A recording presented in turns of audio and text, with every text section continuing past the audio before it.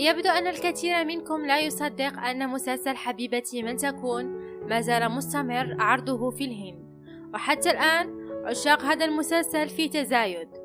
مؤخرا انتشرت على المنتديات الهندية تكهنات بوجود جزء آخر من مسلسل حبيبتي من تكون، عبارة عن قفزة لمدة 20 عاما تتوجه بموت ساي وفيرات وباكي وظهور أبطال جدد بشخصيات سافي وفينو، حيث نشر الفيديو المرافق لهذه التكهنات عبارة عن فتاة يدعون أنه سافي بعد 20 سنة ترتدي ملابس شرطية، ويبدو أن شخصيتها قوية وتقول أنها تكره الأطباء.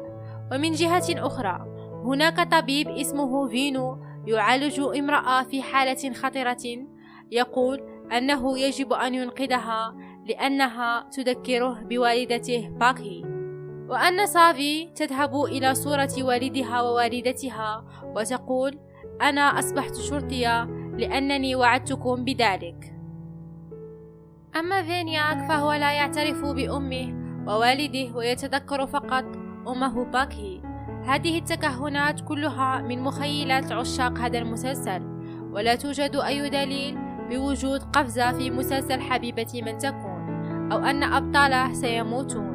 أخبروني في التعاليق، هل تظنون أن منتج مسلسل حبيبتي من تكون سيفكر في قفزة 20 سنة بأبطال سافي وفينو؟ شاركونا بآرائكم.